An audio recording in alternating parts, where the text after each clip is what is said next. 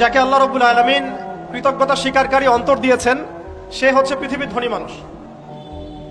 চলতে ফিরতে উঠতে বসতে সবসময় আমরা আল্লাহ পাকের নিয়ামতগুলো স্মরণ করব এবং সবসময় বলতে থাকবো আলহামদুলিল্লাহ, বলতে থাকবো আলহামদুলিল্লাহ।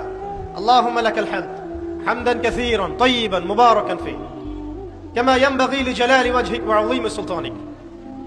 আল্লাহ পাকের শুকরিয়া যে যত বেশি আদায় করবে, আল্লাহ পাক বলেছেন লা ইন শাকারতুম লা আযীদান্নাকুম, তোমরা আমার শুকরিয়া আদায় করো, আমি তোমাদের প্রতি আমার নিয়ামতকে বাড়াই দিব। ওয়া লা ইন কাফারতুম ইন্না আযাবি লাশাদীদ, তোমরা যদি আমার অকৃতজ্ঞ হও, জেনে রাখো আমার আযাব বড়ই কঠিন। তো উস্তাদগণ লিখেছেন, একজন তালেবে ইলমের অবশ্যই শুকর গুজার অন্তর থাকতে হবে। আমাদের উলামায়ে কেরাম করে কথাটা বারবার বলেন যে কলবুন শাকির, শুকর গুজার কৃতজ্ঞতা স্বীকারকারী একটা অন্তর থাকতে হবে। সবসময় চিন্তা করবো আমাকে আল্লাহ কি দিয়েছেন, এটা চিন্তা করবো না আমাকে আল্লাহ কি দেন নাই। আল্লাহ পাক আমাকে সুস্থ রেখেছেন, নিরাপত্তা দিয়েছেন, আমি খাচ্ছি পান করছি, এই যে নিয়ামত, আল্লাহ পাকের যে অগণিত নিয়ামত, এটাকে স্মরণ করা এবং সে অনুযায়ী শুকরিয়া আদায় করা। আল্লাহ পাক সবাইকে শুকরিয়া আদায় করার তৌফিক দান করেন। এই যে চারটা ওজিফার কথা বলা হচ্ছে, এটা কিন্তু থানভীর রহমতুল্লাহি আলাইহি তার যে খলিফা ডক্টর আব্দুল হাই মোহাম্মদ আরেফি রহমতুল্লাহি আলাইহি তাকে দিয়েছিলেন, তিনি তার ছাত্রদেরকে দিয়েছিলেন।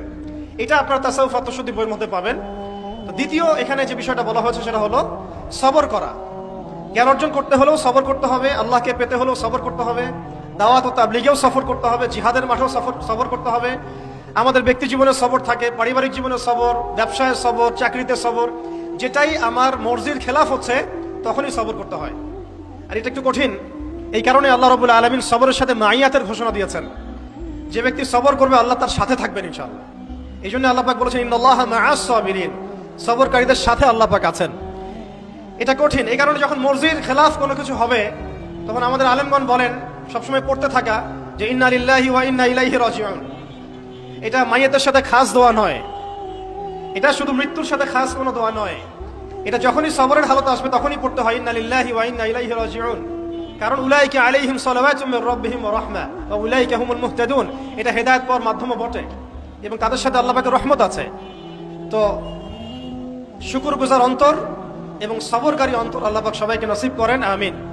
3 নম্বরে উস্তাদগণ বলেছেন তওবা, বেশি বেশি তওবা করতে বলা হয়েছে। চলতে ফিরতে উঠতে বসতে সবসময় আমরা আস্তাগফিরুল্লাহ ওয়া আতুবু ইলাইহি পড়ার অভ্যাস করি।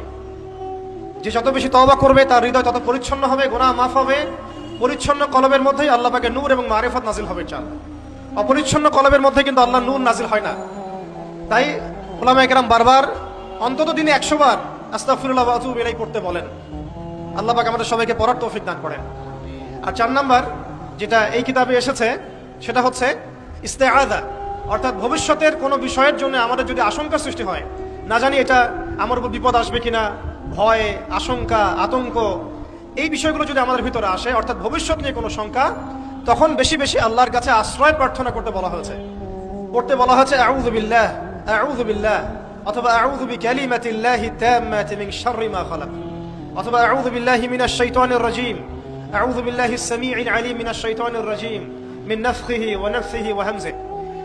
একবার আমার মনে আছে যে একটা জটিল মাসালা নিয়ে আমরা আমাদের মুহতারাম খতিব সাহেব বাইতুল মুকাররমের বর্তমান খতিব সাহেব তার দ্বারস্থ হয়েছিলাম। একটা মুশকিলা দেখা দিয়েছে, একটা দোয়া শিখিয়ে দেন যে দোয়ায় আমল করলে ইনশাআল্লাহ এটা চলে যাবে।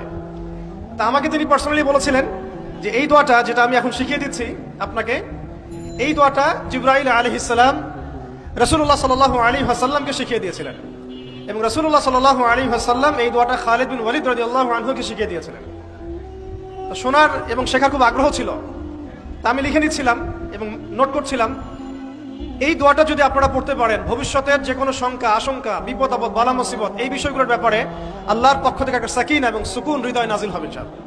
একটু বড়, যেহেতু এখানে তালেবে ইলমগণ অনেক, তারা তো শুনলেই মুখস্থ করতে পারবেন, তাই আমি নোট করে আনছি। এবং জ্ঞান তো লুকিয়ে রেখেও লাভ নাই, প্রচার করলেই লাভ, আপনারা আমল করলে আমি নাকি পাবো ইনশাআল্লাহ।